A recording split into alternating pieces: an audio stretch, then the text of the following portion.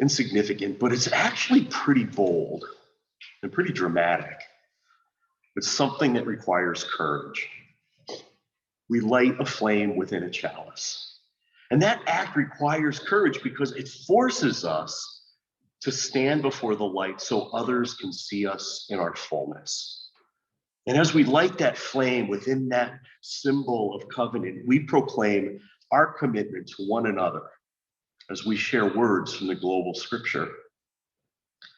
Val, would you do us the honor of lighting our chalice this morning as I share a poem by Delmore Schwartz? It's long, but it's worth our time. It's called The Foggy, Foggy Blue. When I was a young man, I loved to write poems. And I called a spade, and the only thing that made me sing was to lift the masks at the masquerade. I took them off my own face. I took them off others too. And the only wrong in all my song was the view that I knew what was true. Now I'm older and tireder too, and the tasks with the masks are quite trying. I'd gladly stop if I only knew a better way to keep from lying and not get nervous and blue when I said something quite untrue. I looked all around and all over to find something else to do. I tried to be less romantic. I tried to be less starry-eyed too. But I only got mixed up and frantic, forgetting what was false and what was true. But tonight I am going to the masked ball because it has occurred to me that the masks are more true than the faces. Perhaps this too is poetry. I no longer yearn to be naive and stern, and masked balls fascinate me. Now that I know that most falsehoods are true, perhaps I can join the charade. This is, at any rate, my new and true view. Live and let believe, I say. The only thing is to believe in everything. It's more fun and safer that way. Thank you, Val. That poet, Delmore Schwartz, was born in 1913 in Brooklyn, New York. He was the son of Romanian immigrants. And he was always asked about his very English-sounding name, and he would always give a different answer. He would say it came from the deli across the street from the house where he was born, or that his mother's favorite actor was named Frank Delmore, or that it was taken from a Tammany Hall club, or a Pullman Railroad car, or a Riverside Drive apartment house. It was always a different story. And I guess you could say he wore his name like a mask, that he changed it, changed the story to suit the situation. It was his way of presenting himself the way his audience wanted to see him. Or maybe it was a way of presenting himself the way he wanted to see himself in that moment. Maybe the changes to his story were an act of cowardice. Or maybe they were an act of courage. I don't know. I just know that we all do whatever we have to do to survive, because life is messy. It's like this tree behind me. All month, we've been watching, and on the sides here, we've been watching these leaves wilt and dry out and turn brown, even as we've been adding the colorful paper leaves to this one. And it takes courage to do that, a little bit of courage. It takes courage to resist the urge to remove the death and replace it with life and color. It takes courage to allow the sadness and loss to live alongside the creation and hope. It takes courage to live in that in-between space. And while we live in that in-between space, we put on the face that we need to put on in order to be present. But the important thing is that we're present. And that presence, however we need to be here, is what we celebrate today. So let's rise now, in body or in spirit, and recite together the words of our covenant, the promise that we renew each week. The words, if you don't know them, are printed in the order of service.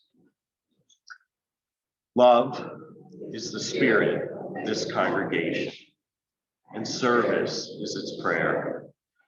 This is our great covenant, to dwell together in peace, to seek the truth in love, and to help one another.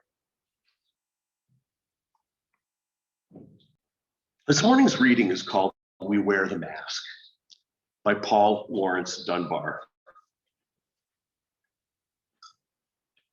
We wear the mask that grins and lies. It hides our cheeks and shades our eyes.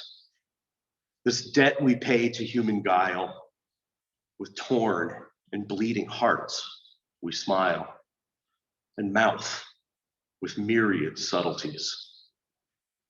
Why should the world be overwise in counting all our tears and sighs? Nay, let them only see us while we wear the mask. We smile, but oh, great Christ, our cries to thee from tortured souls arise. We sing, but oh, the clay is vile beneath our feet, and long the mile. But let the world dream otherwise. We wear the mask. Please rise now.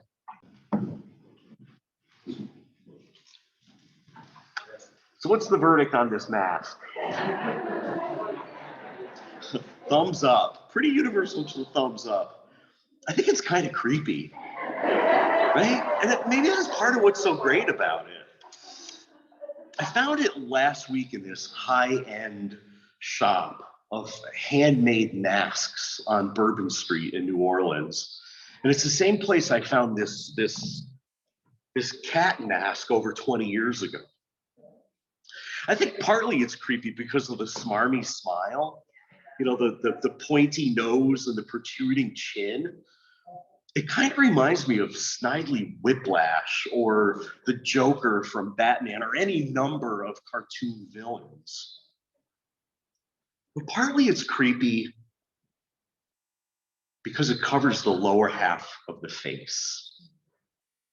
Before COVID, the only time you ever saw anyone regularly in masks that cover the lower half of their face was in a medical facility or a dental facility, which, you know, is kind of scary. It certainly was before we got accustomed to it. So seeing people with just the lower half of their face is covered, it's kind of unnerving. A million years ago, I went to a masquerade ball, not a costume ball, and everyone was wearing traditional masks, you know, that covered just around the eyes, a bit of the nose and the tops of the cheeks. Well, almost everyone was wearing that. There was one guy who was wearing this really beautiful mask that just covered the bottom of his face. And it came pretty close to his skin tone. And it had this painted on handlebar mustache and this mysterious little smile and a mole right here. And he was more unrecognizable than everyone else who had just around their eyes covered up, or even people who had the whole top part of their face covered up. Now, with everyone else at that party, you could see their mouths, you know, you could see their smiles, their scowls. You could see their expressions, and you could still see their eyes. So they could convey a full range of emotions because even though their brows and parts of their cheeks were covered, you could still see their eyes and their mouths. But the guy with the mask on the lower half, with that smile frozen on his face, you couldn't read his face, even with his eyes visible. And there was a disconnect, and that's what was so unnerving about it. Of course, everyone else kept their masks on all night, but he had to keep taking his off so that he could eat or drink or even to be understood clearly when he spoke.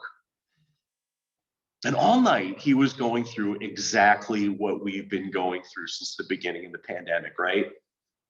On and off with the mask so that he could be understood, so that he could breathe, so that he could eat and drink.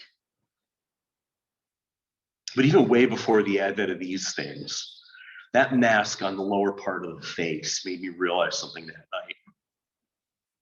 I had been wearing a beard for more than a dozen years at that point. And I started wearing it to make me look older, straighter, butcher than I was. Maybe I needed it as a teenager, but at that point, I was approaching 30. I had come into my own, and frankly, I didn't care what anybody thought about me. So why did I keep the beard? What was I hiding? Because that's what it felt like at that point. Like I was hiding. And I didn't have an answer. So I shaved it off, shaved the whole thing, the mustache, everything.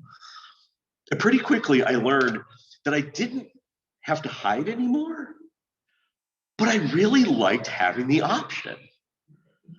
So in the, 27 years since then, I have sported a Fu Manchu. I've had a classic chevron mustache like I've had for the last few months. I've had a huge walrus mustache that completely hid my mouth, even when I was eating soup, which was kind of gross. I've had a goatee. I've even had a jazz spot with nothing else. I've had a full beard in various lengths in both reddish brown and gray.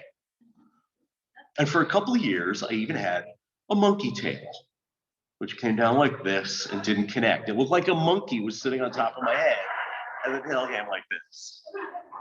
And that thing usually makes an appearance on April Fool's Day, as it did just a few months ago. And as I've been wearing the black N95 or KN94 or whatever they are, I've been dreaming of having fun with them the way that I do with facial hair, like modifying them by adding, I don't know, pursed lips that come off as standoffish and a little judgy. Or maybe a puppy face when I'm feeling playful. Or stitches through the lips when I feel like I'm being silenced. Or how about a color that matches my skin tone perfectly and has the bottom of the nose showing, but no mouth at all, for those times when I'm choosing to be quiet. Or maybe even a scowling mouth on those occasions when I'm angry and I just want people to stay away. But that one, that scary mask, that's scary. That angry mask is scary. You see, I worked really hard to learn how to recognize and constructively process my anger. It took years. In the past, I was terrified by allowing anyone to see my anger. I was afraid that if anyone got a glimpse of it, they wouldn't want to be around me anymore, that they wouldn't want to love me. And there still lives within me this little tinge of fear of showing my anger. So a happy mask, even if it's a little creepy or mysterious, is way more appealing than anything that shows anger. The thing is, the happy mask, when you're angry, it shows a bit or a lot of inner conflict. To a lesser degree, it's the kind of conflict that Paul Laurence Dunbar was talking about in the poem that I just read a few minutes ago. We smile, but oh, great Christ, our cries to thee from tortured souls arise. We sing, but oh, the clay is vile beneath our feet, and long the mile. But let the world dream otherwise, we wear the mask. Mr. Dunbar was born to two formerly enslaved people from Kentucky, and he lived from 1872 to 1906. He became one of the first influential Black poets in American literature and was internationally acclaimed for his verse, but also wrote novels, short stories, and essays, all depicting Black life in America during his time.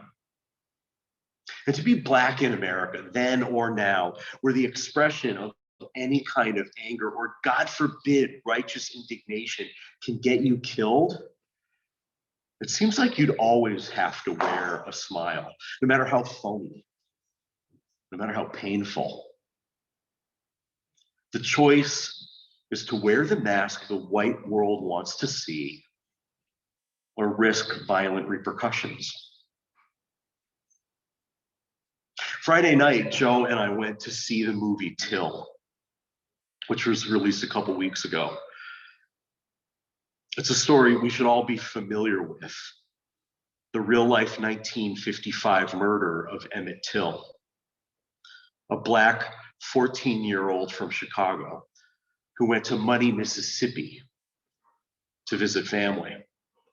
His mother forewarned him that the rules in the South were different, that in order to survive unharmed, he would have to present himself as a compliant Southern boy to know his place. He'd have to repeatedly diminish himself to make white people more comfortable with his presence. But he was a confident, joyful, outgoing, and trusting boy, a child. He didn't really understand his mother's admonitions. And because he couldn't wear the mask the white people of Money, Mississippi expected him to wear, he was killed in perhaps the most brutal lynching in American history. I've been fascinated by this story for my whole life. Not because of the gory details or because of the sea change it created in the civil rights movement of the 1950s, but because of Emmett's mother, Mamie Till Mobley. It turns out that she was the main character in the movie. She's in almost every scene from beginning to end. And in a film with very sparse dialogue, her face is the most important element in setting the tone and delivering the message. And for me, there were three scenes that stand out the most. Emmett has been in Mississippi for a couple weeks, and Mamie is at work, sitting at her desk, thinking about him, staring at a photograph of the two of them. There's no cutaway montage or voiceover of her thoughts. You can see it all in her face. Trepidation, fear, worry, loathing, and a strong desire to believe that her son is safe and happy.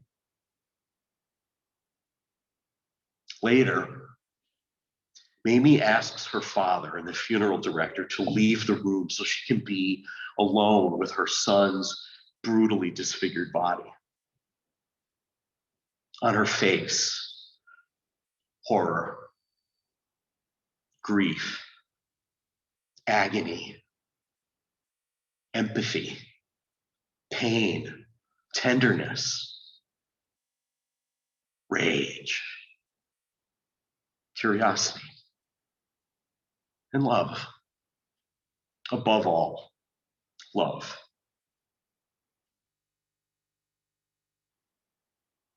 On the witness stand at the trial of Emmett's killers,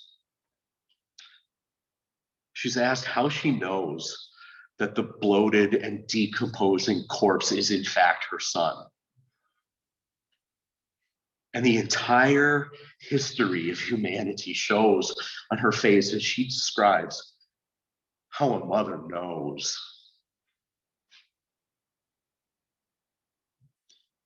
In these scenes, there's no mask on the face of Mamie Till Mobley. Every expression is right there, unflinching, present, available. But real life isn't the movies. And in 1955, few saw the full range of Mamie Till Mobley's emotions, because she was forced to wear a mask to exude self-confidence as the white press vilified her, a mask to convey conviction to the cause of racial justice, even in the moments when she just wanted to be left alone in her grief, a mask to hold it all together when she didn't know that she had the strength to survive. Honestly, I was really nervous about seeing that movie Friday night, knowing the power of the reading that I had already chosen, knowing that the mask of Emmett Till, the mask that he couldn't wear, would affect the sermon that I'd already written. What I wasn't prepared for was the power of the masks worn by Mamie and the actress who portrayed her, Danielle Deadwyler. The movie made abundantly clear to me that during the times in my life when I've chosen to wear masks, either figurative or literal, whether they were paper or leather or whiskers, I've chosen to wear those masks. Not for survival, though it may have felt that way at the time, but for my own comfort and maybe even for my own delight. And there's an awful lot of human need between comfort and survival. And every one of those needs is valid. The need for fear, shock, horror, grief, agony, empathy, pain, tenderness, rage, curiosity, even love. And Mamie Till Mobley proved that we even wear masks to show our love. So yeah, seeing the film Till changed what I wanted to say this morning. And life is like that, isn't it? Everything is always changing. We are changed by what we experience, and we change everything that we experience, even our sermons. But here's what I knew before Friday night that I still know. If we want to be compassionate beings, able to empathize with the diversity of human experience and emotion, we have to be self-aware. We have to know when we are being our true, authentic selves and when we are putting on masks. We have to know why we are wearing masks. And to understand that sometimes we have a choice in the matter and sometimes we don't.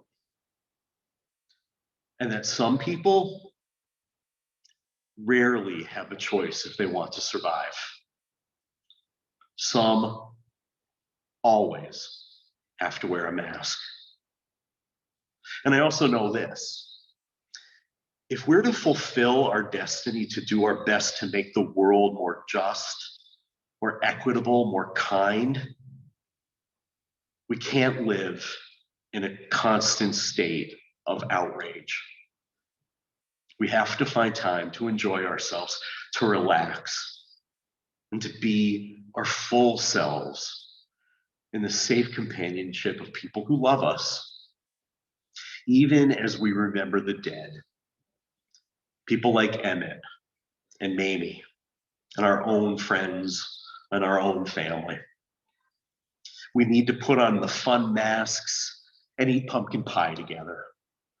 If we're going to fulfill our destiny, we need to take the time to be together, to enjoy each other, and sometimes to just sit and breathe together.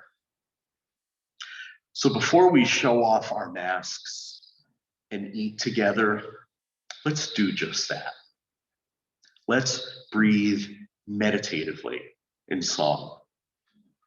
So please remain seated and open your teal hymnals to number 1009, Meditations on Breathing. Adults wearing masks. I love seeing that.